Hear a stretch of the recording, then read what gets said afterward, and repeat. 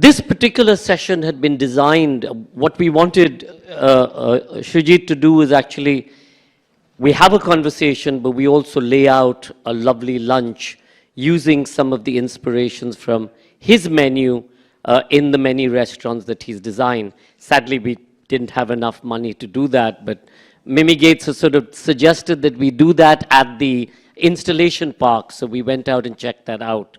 But maybe next year, we thought we'd do that. So Sunday was supposed to be 2 sessions in the morning, followed by lunch, so that everybody could have a wonderful way to end. But we'll get there. But we're absolutely delighted to have with us, as you know, a 2-star Michelin chef, Srijith, who started his career. You from Kerala, and you're all the way down from Kanyakumari. Tell us a little bit about the beginnings, Srijith. First of all, thank you so much for having me. Thanks a lot. I was hoping that we'll continuing with the poets. I thought we'll have some salmons to cook for today. No salmons. Or bear. Or bear. That's true. If it's legal, I don't know if it's legal. Anyways, thanks for the question. I am from, I call it south of South India. You know, Kanyakumari is a little district in South India, which is, I'm a Malayali. Malayalis are people. Any Malayalis here? Oh. No, how can we not be there? Come on. We don't have any in Kerala now. We have population is going down and we all of them here. So anyways, I'm a Malayali who grew up in Kanyakumari, which is a little district in Tamil Nadu. So I speak both languages. I try and play it safely. When I see a bunch of Tamilians, I say I'm from Tamil Nadu. When I see some Malayalis, then I spend 10 years in Bangalore. When I see a Kannada guy, I say that I speak Kannada too. Kind of, you know, points.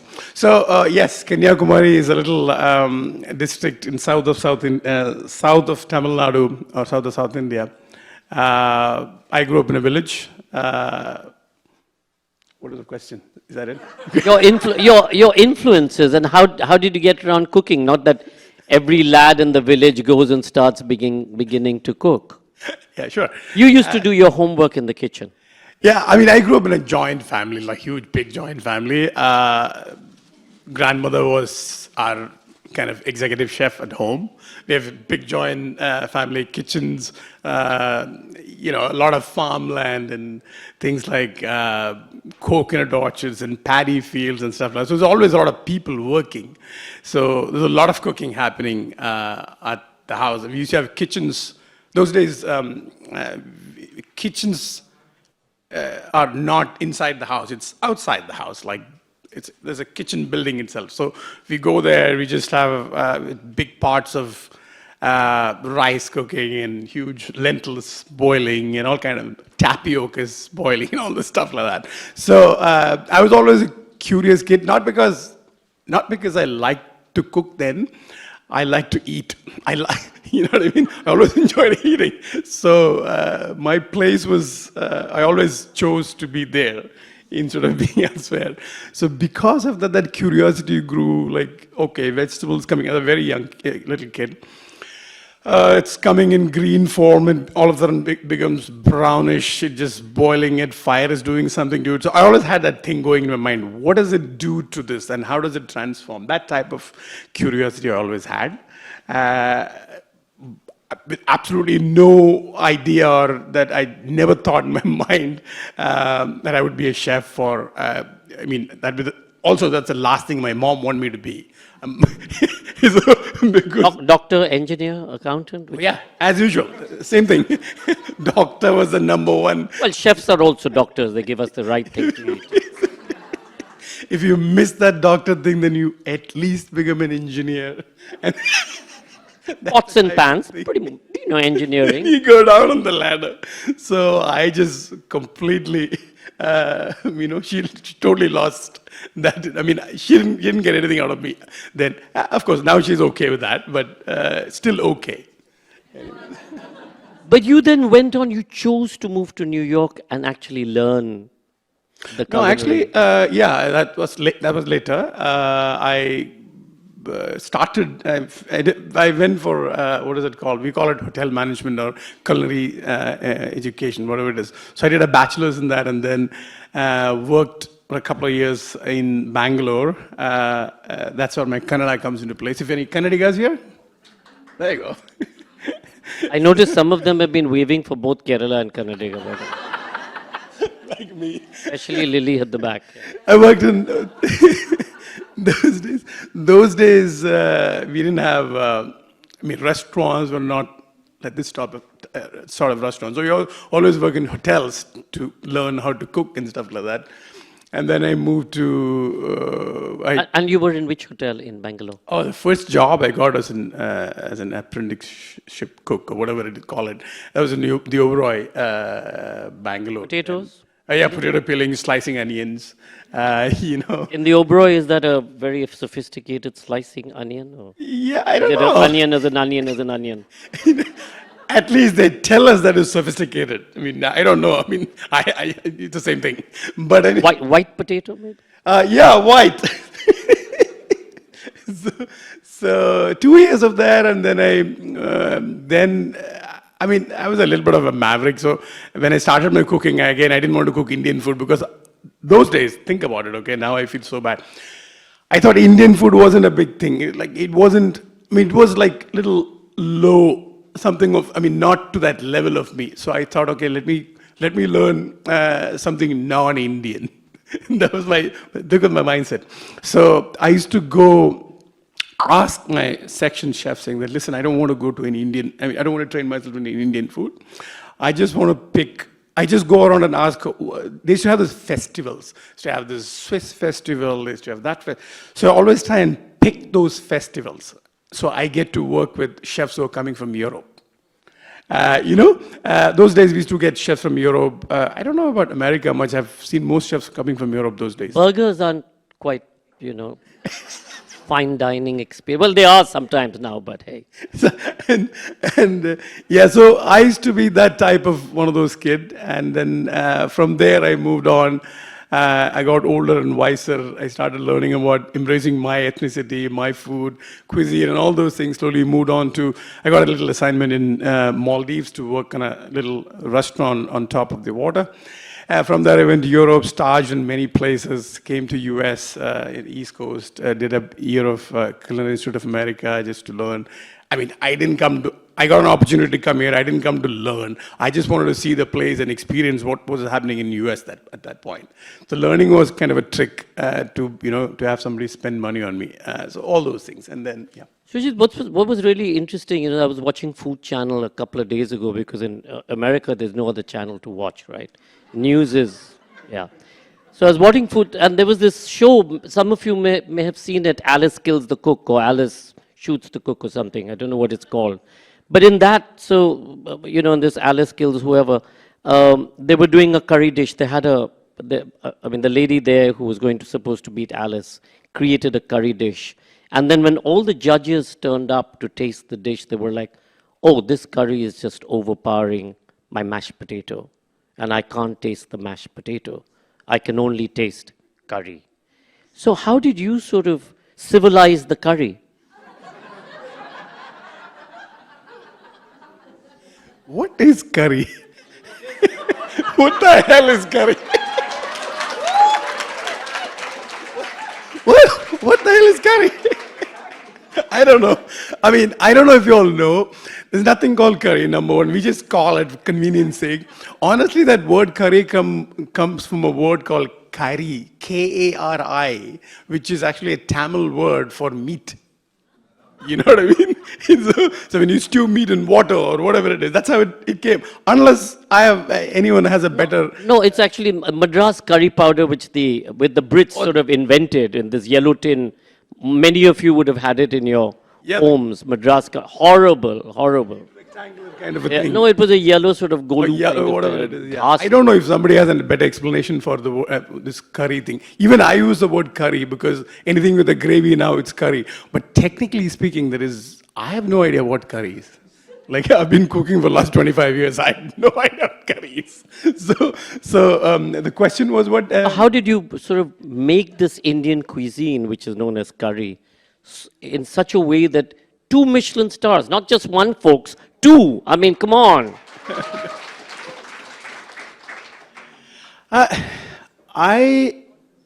That's a good question, actually. So what happened is, so we talked about this before, I think. The difference when it comes to cooking, when you're cooking at that level, I've cooked at both kind of levels now. Initially, I was cooking at very ultra fine dining, 2-star Michelin. Everything is like to the T kind of a thing. Now I have bigger restaurants cooking food for 300-400 people a night, several restaurants and all those things. So it's a very process-driven, very recipe-driven, all those things. So when it boils down to science, when it comes to fine dining, to create something on that level, it boils down to kind of science and art coming together. For example, it goes to, what does it remind me of is kind of senses. Like, for example, your 5 basic senses, obviously. Your what is it called? Smell, taste, what is that? I keep forgetting that. Sight, touch and sound, right? So what I think, this is what I think, I don't know. So this is what I feel, this is how I look at it. So as you elevate, as you try to do more finer and cleaner and precise, you emphasize, you actually give more emphasis to all 5 of them in almost in equal percentages. So basically, normally when you're hungry, what do you need? You need a tasty food, it smells good, correct? That's it. Yeah, look is coming. But even if your curry is piled in a plate, you will still eat it, won't you? You still eat it, right? If you're paying for it, now you'll think you want to look good, right? I mean, I'm talking about at home. If your mom is cooking, you're not going to tell your mom saying that it should look good, or your dad is good. She's going to give one slap. You know what I mean? So I couldn't say that, at least. So the basic things comes to like 2 things, right? Should smell good, should taste good. You're happy, and your hunger is taken care of, go home. Now, the next thing is, yes, it should look good. Now, that's where the difference of the fine dining story comes into place. Now, it doesn't have to be fine dining to look good. I'm just glorifying it a little bit here. So, look good, and then what was that? It should feel good. Feel good, it's like textures element. So, you're having a bowl of soup. Now, you take that bowl of soup and add textures to it. Add some puffed rice to it, add some pumpkins to it, seeds to it, add some brittles to it. Now that's textures, elevating to that next level, right? And then, what am I missing? I can never get that 5 things at the same time. I don't know why. Smell and taste, sound, yeah. ASMR. Like give a good papad or a lentil chips or whatever it is. When you crack, that sound of it, it satisfies you so much. Emphasizing on all these little things is what is fine dining. Today, this fine dining word is so bastardized, so used by everyone who has money will build a restaurant, especially all the San Franciscans and people from Seattle and all these people who have a lot of tech money. They build restaurants. And just, what I mean? There are some of them in the room today. That's why I said that. How many of you have eaten at Taj Campton, where Srijith was for 15 odd years? Anybody here? Anybody tasted his 10-grain khichdi? No? Oh, come on. What was with this 10-grain khichdi? Why did it become so must-have? See, how does one grain change from the other? And you were talking about the chemistry and the physics of it, because every different grain boils at a different point, right? True. So the reason why I did that is, when it comes to such fine dining restaurants, you don't come every other day to dine. I get an opportunity to feed you maybe once a year or maybe once in a lifetime. Yeah, but we'll eat khichdi at home, yeah. I know. So that's a boring khichdi. That's the same old dal chawal together in a bowl. Now that's what I was talking about. Elevating that to just give it up. I'm taking the opportunity to cook for you something special. Of course, with a lot of money. You're just paying for it. So that's a different story. But the idea, I mean, going back to that, your question, that was 10 grain khichdi. Basically, the idea was, God, this was what, like probably 15 10 years, grain, 12 yeah, years yeah, ago? 12 years ago, yeah. I'm trying to remember what all did I do then. So yeah, it was basically, there was, see, that's one opportunity you have to actually showcase what we have in like 10 different meals for a person in one shot. That was an opportunity for me because I don't get the same person come and eating at my restaurant all the time because these are restaurants which are expensive. People don't want to come to and sit down for 3-4 hours for a meal on a daily basis. So you get very few opportunities to do that. So you always have new people, not all. So when you have such restaurants, I only seat like 25 people those days. So when you have such restaurants, you want to do something spectacular, something special, something new. Everything okay? Yeah, go ahead. So the idea of showcasing what I had back home in many meals here, just putting together in one dish was was making that khichdi. And plus, it's not just putting something together; it's also the harmony has to happen. It has to come together with it. And it has to fit into that menu. It has to fit into that dish. It has to fit into that time of it. So many things been thought through. And not necessarily all 10 grains are in the grain. Some of them are in form of, juice. Some of them are in form of crisp. Some of them are puffed. Some of them are in the mix.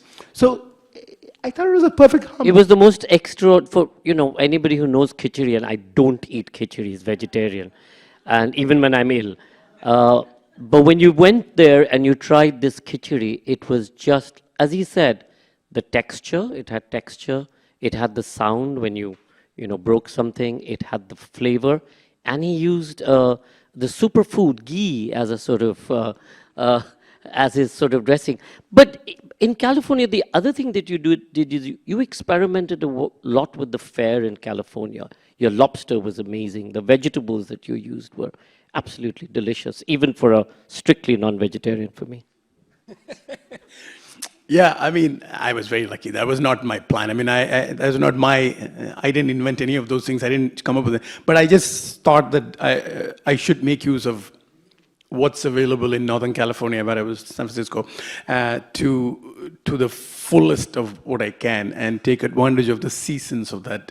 I mean, we don't have, I don't know about here, but we really have, technically have, like, even though we have 4 seasons, it's almost like 2 + 2 together in California. In Northern California, it's almost like fall and winter comes together, and then summer and spring almost comes together. But we took advantage of every possible thing available in the farmers market and what farmers carried then, brought in then. So it was taking advantage of what was available. I don't think I should take credit for that. Yes, going back to it, everything was pretty seasonal over there, and I used everything what was available. So it was much easier than, I didn't have to think hard. You go to market, you just see around, okay, what's available? Tomatoes, then obviously basils are available, there's nasturtiums available, there's mustard leaves. So it's about what was available. You brought all those things, put everything together in a place and start thinking, how do you pair with this now? How do you create a harmony between these vegetables and then bring in the protein? What's protein in season? It's cold, the ocean, the water is cold, so obviously good shellfish, good scallops, good lobsters, that type of thing. So it was easier to pair and create dishes in back home. Srijith, 15 years you were at winning the 2 Michelin stars. Was that pressure? Did you kill a few people in the kitchen? Yeah, I mean, honestly. No, I did not kill. So pressure, yes. I mean, I think, when I look back, if I have to do it again today, I would do it slightly differently. I would just not take it so hard on myself. But I'm probably wiser today to how to channel those things. Is that what the Michelin star does to chefs? That pressure on you really builds because you know that it can be taken away, and every year it's yet another. Yeah, it does. But like I said, I don't like to blame it on a Michelin star. I think it does, but I think how you take it. I mean, when you're young and you're behind something to get things done and to get something made something happen, you know, because of your immaturity and because of not knowing it, because of your inexperience, even if you're experienced, you're still inexperienced in that level because there is more things to learn. So because of that, you put a lot of pressure on yourself.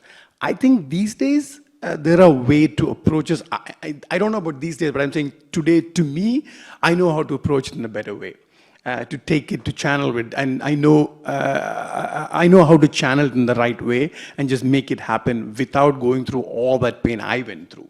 Because those days I didn't have a person to ask. Like, whom do I ask? How does it work? Because I did not have that much of a networking or connection in the Western world to ask that question. I did not have many Michelin star one chefs at that point, also back home. So whom do I ask? I didn't have any ask. That was new to me. This was in 2010.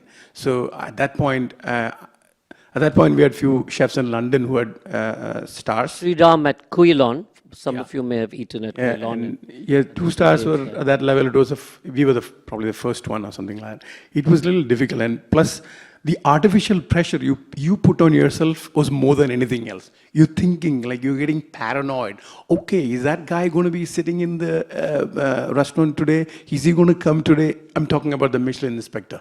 Is he going to be there? I mean, that type of thinking, and you're just yelling at everyone and just saying everyone this and that and the other. You're driving people crazy and yourself. That type of thing. I think I would do it slightly differently. And I know there are chefs even today doing that same thing in the Western world. So Srijith, 15 years on, you decided, okay, it's time for me to step onto the world, and you set up Ettan in a Dosa. What was a Dosa place before? No. That's a new one. Oh, that's the Blue Door one. So Ettan got set up, and then 10 days later or 15 days later, what happened? COVID. So yeah, we built the restaurant almost in, what was that, 2020, right? 2019. 2019. Was it 2020? Yeah. I'm glad we forgot all those things. So, okay, whatever it is. So we've been building that place for almost 1.5 years, and finally it came into fruition. And then we're like so excited, did a month long of food testing, wrapping, and all those things. And we, like, major opening happening. From the day one, we were like filling it up with like 300, 400 people a night. And 17th day, I think, COVID hits. Huge restaurant with, almost like 200 seats. 200 seats in India might be small, but 200 seats in Palo Alto is a big restaurant. It's a big restaurant. So and we do that, and then boom, everyone needs to close down now. And then we were literally closed everything down and just let everyone go, and we just locked the room and left for 2 months. I mean, unbelievable. So that was a learning for us. I had no idea what we were going to do. I had no idea, even though I told everybody, yeah, I think I told my chefs saying that you guys don't have to worry about it. In 2 weeks, we're going to be opening. I had no clue what was going on. 2 weeks. And I really thought, okay, it's another virus thing. Okay, we'll just figure it out, kind of a thing. It took us 2 months to for them to let us even cook food and serve outside. I mean, we had huge outdoor space there, and then followed by slowly. But the good thing is we had almost like 100 seats of outdoor seating, so it really helped us, came to rescue. That's what happened. And then you went on to open Copra. Yeah, Copra is kind of a thing to my hometown. Do you all know what Copra means? Anybody? Yeah, dry coconut. There was a Copra. Little thing for that's in San Francisco. If you're anybody from San Francisco here, anybody been to any of your restaurants? Yeah, that's okay. There you go. So if you come to San Francisco, do visit Copra. If you come to Palo Alto for any of your tech meetings or whatever it is, go to Ettan. So anyways, this is all about South India, South Indian food, focusing a lot on Tamil Nadu and Kerala, where I grew up and my food is from. A lot of it is that I don't call it upscale because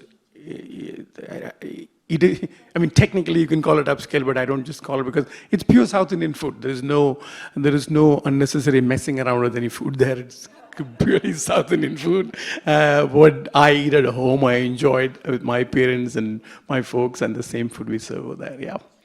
Is there a difference from, like, you were doing 30 plates, etc., at Taj Compton, or serving 30 people, where every plate went out with your inspection or your signature. And now you're doing 300, 400, 500 serves a day across the meals. So what changes? How do you manage from being so specific, like an artist, to this much larger operation? Yeah, I think you take the paranoia out of you and then you start trusting people. Those two things really, that's what I got as I got older and wiser. Those things, I really learned this art of letting it free. That was very difficult for me. I was a control freak to the level where even my wife used to tell me, you got to take some rest. Because I used to work like 6, 7 days, not 6, 7 days, actually 7 days a week, doing it all by myself. Because 6 days of service and the 7th day you're preparing for the next first day type of thing. It was like brutal. So I slowly learned how to let it go, let it free, and then start trusting people. And also over the time, by choice or by chance, I don't know what it is, but I had a lot of people stay with me, and I could use them to help them grow, at the same time use them for growing the company. So that way it was easier then at that point, then move them to different places. And so it kind of a trust as well as that ability to let it go kind of a thing. So Srijith, and I'm using this term very loosely, does the Western world need education about Indian cuisine? Because everybody thinks that Indian cuisine is chicken tikka masala, which is, I'm not sure where that sits. It's neither vegetarian nor non-vegetarian. Yeah, it's sort of in that half-face space of nothingness. But do we need to educate people about the many different cuisines that India represents? And one of the things that you've done is actually you took turmeric and you made that in many ways the essence of some of your dishes. Yeah, going back to your first question, do you need to educate? Actually, I thought when I came here many years ago, 2007, I really struggled. It's funny that I took over as a chef at Campton Place. Campton Place was very well known for its, it was run by all this very popular, very prominent chefs in that part of the world, like Bradley Ogden, all this, what is his guy's name? Daniel Hum and all this place, all this today's 3-star Michelin chefs. So, for an Indian getting into that space, and I was so scared at that point to do anything Indian in the restaurant. Fortunately, I had I'm a Western trained chef initially, so it was easy to just transition into something. And I started doing something which is non-Indian purely because of the fear. Because I did not know if I'm going to if I can take that risk and succeed. Because I didn't have any much support at that point also. And plus 2008, this amazing recession, and nobody would just give any money to actually develop that place or make that place any better. It was a lot harder at that point. But I literally did continue what they were doing. That was the stupidest thing as a chef, if I think back, to do. Because you have no personality. You're just doing something which was existing, picking it up and just building it. So I didn't do any changes out of pure fear. At that point, I did not know how many people would come to eat if I do something Indian at that point. I mean, it was not a very $9 and pay a particular price for it. Exactly. It's not a $9.99 buffet. So it wasn't easy. So it was very difficult at that point to figure it out. So it took me a year and a half of thinking and doing the same thing what they were already doing. And then one fine day, I just said that now it's do or die. I'm going to just embrace my ethnicity, my way of doing things, my way of figuring it out. And I just, even then, I didn't just drop the bomb. I just did it gradually. It took me 6 months to almost a year, slowly building a menu and just doing something, and just also talking to people, trying to figure out the pulse of the people in the area and all those things, slowly good. And fortunately, all these little recognitions, which really helped. And these things really help. I mean, I never used to respect all these things, but in 2010, when I really launched the menu in 2010 or so, the Michelin came to rescue me. They just gave us a star.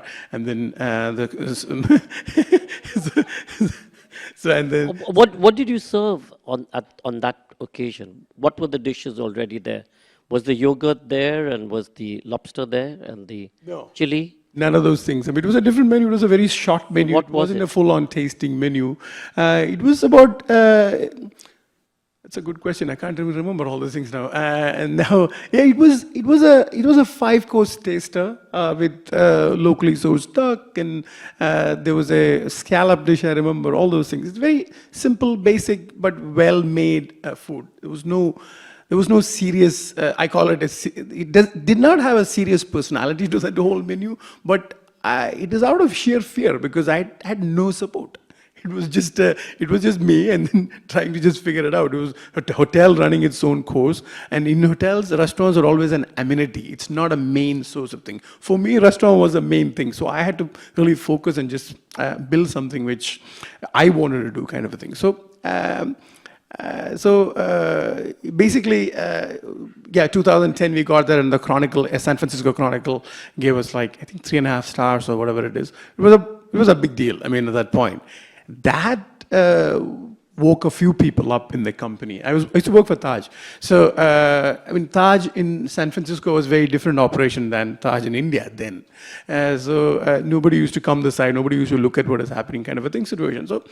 So that woke a few people up and said, oh, wow, so it can be done, kind of a thing. Then people started supporting me and all those things. 2014, we were the first restaurant, I think, to score 2 stars for an Indian restaurant at that point. And then it's the whole thing, it got fueled into a bigger story and all those things. That's how it is. You then went on to, of course, do the Little Blue Door. No, yeah. That's basically, there was mostly a thing for, casual eatery kind of a situation wherein you have a little counter. I had all this facilities of different kitchens of Itan and Copra and all those things. So I thought there's an opportunity to serve an affordable version of all these things in a place where people just go grab a good bowl of food, kind of a good bowl food, soul food kind of a situation, at a much lower price point kind of thing. So that's Little Blue. The reason of Little Blue Door is because when you go to Ettan, you'll see a big blue door. That's a sign of Ettan. So we created a brand which is called Little Blue Door, which is a smaller version of Ettan kind of a thing. That's how it was born. And the food there? It's Indian, but very, what is it called? Affordable, kind of one-plate food. Some dishes? Some. There was a Alapi prawn curry was there. There was a cauliflower. Kind of a version of a tandoori cauliflower, but done in our own little way, with crusted with pumpkin seeds and flaxseed crisp and all those things. Interesting, vegetarian as well as seafood. And now you're going back the whole circle back to your kitchen in your home in Kanyakumari with wood fires. You're going to set up something with wood fires. It's nothing. I think it's nothing to do with Kanyakumari. It's basically the newer concept which I'm just building now is it's basically everything is cooked on a wood-fired big wood-fired hearth or a grill, or whatever you want to call that. So kind of, I think I over the years of years of time of cooking, I felt that I've never cooked using live fire or charcoal, and I was at my home back home in India, and we were cooking we have a little kitchen outside. We were cooking some stuff outside in the outside kitchen, not in our what is it called, your electric and gas kitchen. There's a lot of difference. It's shame that it took me so much time to realize that. I knew it. We were cooking outside, and I realized that the flavor, what you get out of this wood-fired, actual charcoal, is very different. That's the time I got this triggered me, but I never had the time or energy to focus on that. I've been thinking about this for a long time. Then this was an opportunity which came up, and I thought, okay, I'll set up this whole kitchen with wood-fired grill. I'll make it more, going back to basics, going back to the old days kind of a situation. And the cuisine is very eclectic Indian kind of a situation, but it'll be all cooked on top of charcoal. That's in Menlo Park. So what, tandooris, kebabs? Definitely kebabs and all those things. I've not put it out yet, so I'm not ready to actually explain it all. But we're just doing a little PR event around it next week. So definitely expect a lot of local seasonal vegetables cooked on them. This is the days of, people are celebrating vegetables, but I'm enjoying cooking vegetables these days. A lot of vegetables, especially in winter and fall, you get a lot of roots, tubers, kind of a thing, and then lots of kebab and kind of influences from Northwest Frontier, kind of a situation. So now that you've become an entrepreneur chef with 4 restaurants, or will have 4 restaurants under your belt, any thoughts of coming out to places like Seattle or New York or? Yeah. Sure. There are enough checkbooks here to help you make that a reality. All I don't have to do here is money. If you have money, I'm here. I'll do it. Do you have a check? And just write a check and I'm ready. But can restaurants work like that, Srijith? Without your own presence there? Do chains work? If you had asked this question 10 years ago, I would say no. Because I've declined so many investors saying that, no, I can't do it. It's not my type of thing. But I think over the time, I realized that it can, with a lot of extra effort going in, of course, but also having the right people. The people who have worked with for 3, 4, 5 years with you, if you're fortunate, you can get, very few people are fortunate to have people work that long, especially in this country where opportunities are like a lot. So if you have people like that, yes. And also take care of them. That's the most important thing. If you don't take care of them, then they won't take care of you. Is the business of food a decent business? Is it a business with rewards? Have you found that over time? And again, you've moved from 15 years pretty much in one restaurant, and now you're this, celebrity food entrepreneur. The question is a business of food is a good business? Your question is it financially good, or is that what the question is? It has to be both, right? It has to be good for your soul, but it also has to pay back because, you have a home and a car and a dog and a wife and children and college and all of this kind of stuff. Medical, health, insurance. America. The answer is, you want an honest answer or? Ask them, it's for them. So the honest answer is, it's different for different people. If I'm a chef and I'm also a businessman, restaurateur, who's actually investing some money or not investing money or taking the equity, that actually works out well. If it's, now given all the things are going well, if it's going well, it works out well. It actually makes you money. But if you're purely an investor who has no input in this business, who just want to put money and, like we say in financial world, let the money work for you, this money is not going to work for you. I would rather put an S&P 500. Make That too these days is a bit you know what I mean? iffy. Especially last year, if you had put an S&P 500, it would have made like 20%. So you never get that out there. So I'm just letting you know. So that doesn't work that way. So if you don't want to do anything, now I've noticed a lot of times who invest money into restaurants are people who are.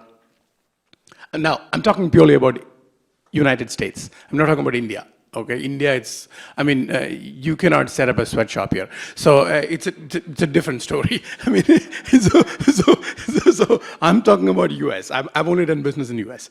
So if you want to throw in money and then enjoy the fact that, most people do that because they enjoy the thing that, saying that, okay, I co-own this restaurant and I co-own this institution, or that type of thing that brings them some pride.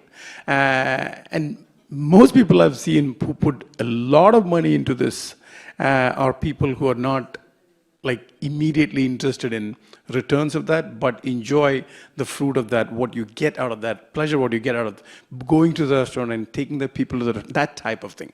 But if you really want to make money, then the restaurant is not the business. Before I open it up, Srijith, there's a whole new wave now. I know that the Reliance folks have a whole kitchen in BKC working towards alternative vegetarian protein. So you can get a burger made of vegetarian protein. You've created something using mushroom. Yeah. The reason why many people don't know it is it's because I don't sell it at Whole Foods or any of these shops, because we have not started selling that to a business to customer situation. We are only doing business to business. So you'll find in many restaurants and hotels, but not in a shop where you can buy. So coming back to that question, so I created something called it's a very funny name. It's called Mamu. Mamu. Yeah, it's called Mamu. Okay, why we call that? Because you take the word umami and just turn it around and take last alphabet off, it becomes Mamu. So I came up with this thing of an alternative protein. I looked at many of the alternative proteins available. I don't know if I even want to call it alternative protein, because that's not the idea. The idea of it is, I saw all this alternative protein who are making proteins for people who don't eat meat to eat. If you don't want to eat meat, you won't eat meat. Even if you create something like meat, you will not eat it. Because why would you eat it? You know what I mean? If you don't eat meat and if you don't want to eat meat, then why would I create something which is like meat for the non-meat eaters? That's a total nonsense. You know what I mean? I couldn't get that. So that's the time I said that I'll create a food source out of mushroom, which is interesting to eat, which enjoyable, which you can buy and put in your thing. You don't do anything, you just warm it up and eat, or you just heat it up and eat, or you just make into something kind of thing. So this was developed from mushrooms. These are all, my focus was on not adding a bunch of chemicals. When you read the label, I don't want you to read like 17 things which you've never heard of. You know what I mean? That's what I saw. When I want to just get that to come, and plus none of these are ultra processed. I don't want to ultra process anything. It is like normal stuff. What you get is 4 kinds of mushrooms, 3 of them are fermented, 1 is dried, put together, there's a little chickpeas, and then a bunch of things, and all those things. So anyway, so that's something which we created in 2020, 2021. That's what I created. And that's right now we are, I wouldn't call it beta, but it's selling in almost many restaurants and hotels in Las Vegas, in San Francisco, Bay Area, all these places. We are slowly in the expansion phase right now, and it will be shortly available in shops at some point. I don't know when, but we're still in the works. To wrap up, Srijith, my favorite go-to dish is fried bhindi and ghee and hot rice. What's yours? You know what I enjoy a lot is I enjoy, in south of India we call something called Sadya. You know what Sadya is? You know why I enjoy it? because it's almost like having a 25-course meal at the same time. You know what I mean? There's so many things. And plus it's all mostly vegetarian. I enjoy it. I don't have to be guilty about it. I really love these type of things. I mean, obviously you can't afford to eat it every day because you can't stay fit. But but I love enjoying it, and that's why I actually created something in all my restaurants now. For every Onam and every Vishu, which is the New Year of Kerala or New Year to everyone at that point in South India, I think. So we do like 2 days of brunch every year, 2 times. I do this sadhya. And the funniest, I just did it because selfishly for me to enjoy Sadya. But it turns out there are so many people like me who just rush in. I just open up 200 seats, and every brunch sell it. We sell it overnight, like entire seats get sold out. So it was. And who's the boss of the home kitchen, you or the wife? Our home kitchen, I am not. Final truthful admission. Ladies and gentlemen, the superstar chef, Srijith. I'm sorry I've eaten up your time for questions, but Srijith is around, so do feel free to catch him and entice him with a checkbook if you do feel so. We promise to bring him back next year to do, like I said, this lunch that we're very keen to do as part of the closing. Many of you know that the next session is a special session, which we'll start shortly with Navdeep Suri and Harpreet. Thank you. Back to you, Devika.